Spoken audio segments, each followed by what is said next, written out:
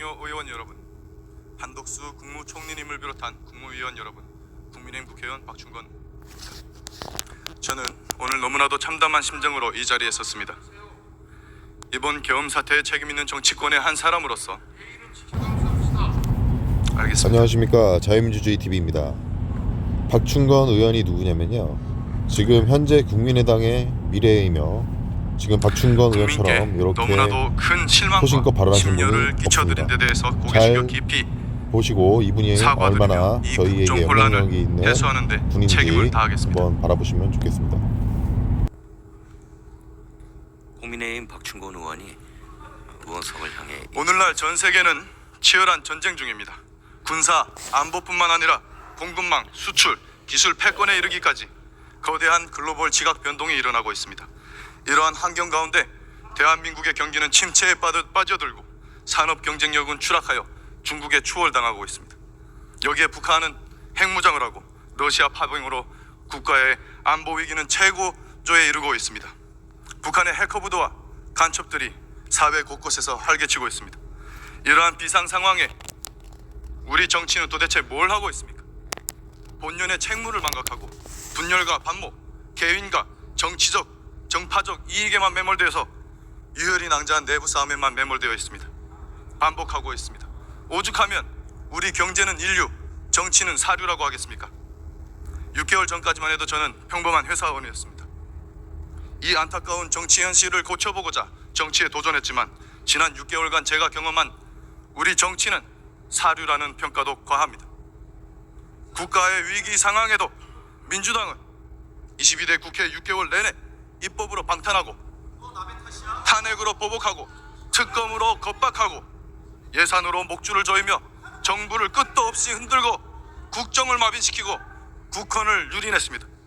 어떻게 공당의 대표 한 사람을 방탄하기 위해서 나라를 이토록 쑥대밭으로 만들 수가 있습니까? 이뿐만이 아닙니다. 거대 의석을 앞세워서 핵심 산업 기밀 유출길을 열어주는 국회 증감법, 불법 파업을 조장하는 노란봉투법, 전국민 25만원 현금 살포법 같은 우리 경제를 무너뜨리고 사회를 분열시키는 수많은 악법들을 강행 처리했습니다. 민주당은 지금 이 시각에도 무려 11개 범죄 혐의를 받고 있는 이재명 대표 한 사람만을 살리고자 폭주를 멈추지 않고 있습니다. 이 과정에서 심각한 국가 기밀들이, 군사 기밀들이 유출되고 언론 길들이기와 가짜뉴스 선동을 일삼고 있습니다. 저는 절대로 계엄을 두둔하는 것이 아닙니다. 분명히 말씀드립니다.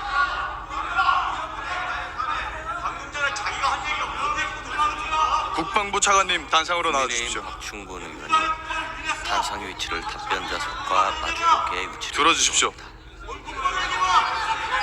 김선호 국방부 차관이 답변을 위해 자리에 서 있거나 앞으로 나와 이학용 국회 부의장에게 인사를 한 후 답변자석 앞에 섰습니다. 차관님, 최근 비상계엄 관련해서 국방위 현안 질의 중에 전투 통제실 위치와 내부 구조, 네, 의원님들, 수방사 비원 벙커 정보, 의원님들 질의 좀 할 수 있게 드론사의 드론 보유 조용히 수량, 해주시기 바랍니다. 기존까지 수많은 중대한 군사기밀 정보들이 생중계로 유출됐습니다. 거기다 정보사 요원 5명의 실명까지 거론됐죠. 차관님, 이런 정보들이 유출되면 어떤 일이 일어납니까? 예, 답변 과정에서 중요한 군사 정보들이 유출되는 것은 저희들의 여러 가지 안보상에서 심대한 위협이 된다고 생각합니다. 신원이 노출된 요원들 같은 경우에는 작전에서 더 이상 작전을 수행하지 못할 수도 있지 않겠습니까?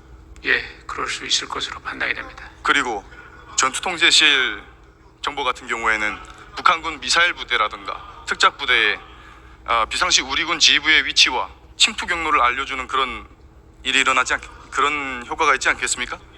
예, 중요한 임무를 수행하는 인원들입니다. 게다가 민주당은 우리나라가 탄저군 공격에 취약하다는 정보까지 공개했습니다. 북한에 대놓고 우리의 취약점을 공개한 겁니다. 이번 군사기밀 유출 사태는 군과 국회가 모두 엄중하게 받아들여야 됩니다. 몰랐다면 무지한 거고 알고도 그랬다면은 기밀 정보를 적국에 갖다 바치는 행위나 마찬가지입니다. 국방위는 앞으로 질의 내용에 따라서 비공개 보고를 할 수 있도록 조치해 주실 것을 강력 건의드립니다. 네, 알겠습니다. 한독수 국무총리님 단상으로 나와주시기 바랍니다. 국방부 차관이 답변을 마치고 차례로 들어갑니다. 총리님, 한덕수 국무총리가 지난 11월 6일에 민주노총 간부들이 1심에서 중형 15년을 선고받았습니다. 혐의가 뭔지 알고 계십니까?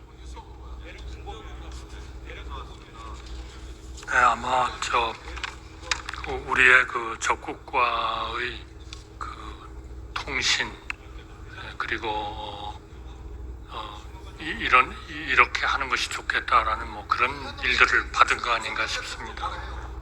간첩죄였습니다. 21세기 대한민국에 실제 간첩이 존재했습니다. 그것도 민주노총 핵심 간부가 북한 정권의 하수인 노릇을 한 것입니다. 이들은 2018년부터 4년간 총 102차례에 걸쳐서 북한 정권과 지령을 주고받았습니다. 청와대와 미군 기지 같은 군사정보들을 입수하고 이태원 참사를 세월호 사건처럼 촛불 시위 투쟁을 추진하라는 것이었습니다. 총리님, 이 정도면 파렴치한 종북 반국가 세력 아닙니까? 간첩을 두둔하는 겁니까 지금? 총리님, 우리나라에서 압력하는 이 간첩들 이들뿐만이 아닐 것입니다. 이들을 잡아내는 역할은 누가 합니까? 이러한 간첩에 대한 대응 기관들이 있습니다만 최근에 이런 수사권 조정 이런 것들에 의해서 조금 옛날과 같은 그러한 그 능력은 발휘하지 못하고 하는 평가들이 많습니다. 이 부분에 대해서는 우리 정부도 그렇고 또 우리 국회하고도 적극적으로 협의를 해서 이러한 부분들이 잘 국가 보위를 위해서 작동될 수 있도록 그렇게 노력을 해야 된다고 생각합니다. 그렇습니다. 경찰의 대공수사권은 제대로 허점이 많습니다. 국정원의 대공수사권 누가 박탈했습니까? 여기 앉아 계신 민주당 의원들입니다. 민주당입니다. 민주당이 국정원의 대공수사권을 박탈했어요. 국가안보를 위협하는 간첩을 잡지 말라는 것 아닙니까? 올해 6월에 미국의 항공모함을 불법 촬영하다가 입건된 중국인 유학생 3명, 이들이 2년간 촬영한 휴대폰에 저장된 수많은 우리나라 군사시설 사진들이 발견됐습니다. 총리님, 이들 외국인의 간첩 행위를 간첩죄로 엄벌할 수 있습니까? 이거는 당연히 지금 적국을 위해서 간접한 자를 처벌하게 돼 있는 데에서 이런 간첩죄의 적용 범위를 외국으로 확대하는 법안이 국회에 제출되었다고 생각합니다. 개정 필요성에 공감합니다. 구속까지는 해도 간첩죄로 다스리긴 엄벌하기는 어렵습니다. 올해 8월 2019년부터 정보사 기밀 요원들과 그들의 신분과 중요한 군사 기물을 중국에 팔아넘긴 군 간부가 구속됐습니다. 들으세요. 간첩 얘기하고 있잖아요. 총리님, 북한이 아닌 중국 같은 외국에 우리 군사기밀 정보들을 유출한 사람들을 간첩죄로 엄벌할 수 있습니까? 지금은 법률적 이비가 있는 것 같습니다. 따라서 간첩죄 적용 범위를 외국으로 확대하는 법안이 국회에 제출이 돼 있으니까 이 개정 필요성에 적극적으로 좀 우리 국회가 논의하시고 심의를 해주시기 바랍니다. 네, 그래서 이 간첩죄 조항을 개정하려 했던 겁니다. 이것도 누가 맡고 있습니까? 네. 이것도 누가 맡고 있습니까? 민주당입니다. 민주당은 내란을 막았습니다. 빨리 통과시키기 바랍니다. 총리님, 그리고 최근 감사원장이 탄핵당했습니다. 도대체 무슨 잘못을 했길래 탄핵당해야 됐습니까? 그거는 탄핵 사유에 뭐 적혀 있습니다만 저희는 탄핵이라는 거는 정말 중한 그러한 범죄가 있을 때 일종의 파면에 대한 해당하는 그러한 사법적 절차에 가까운 그런 절차라고 생각합니다. 따라서 감사원장의 이런 그 탄핵으로 인해서 업무가 정지되는 것은 우리 국가 전체의 그러한 그 공직 기강 또 공무원에 대한 그 사정 이런 쪽이 굉장히 어려워지는 거 아닌가. 그래서 이것은 정말 중한 범죄가 아니면 우리 국회에서 국회가 국정이 좀 돌아갈 수 있도록 그렇게 이 탄핵 소추의 발동은 좀 신중해야 하도록 그렇게 검토해 주시기 바랍니다. 길게 답변하셨는데 간단하게 말씀을 드리면 보복 탄핵입니다. 문재인 정부 시절에 벌인 집값 통계 조작, 국가 채무 비율 조작, 서해 공무원 피살 사건 은폐, 사드 기밀 유치를 감사했기 때문에 보복 탄핵 당한 겁니다. 지난 2월에 사상 초유의 대법원 전산망 해킹 사건이 발생했습니다.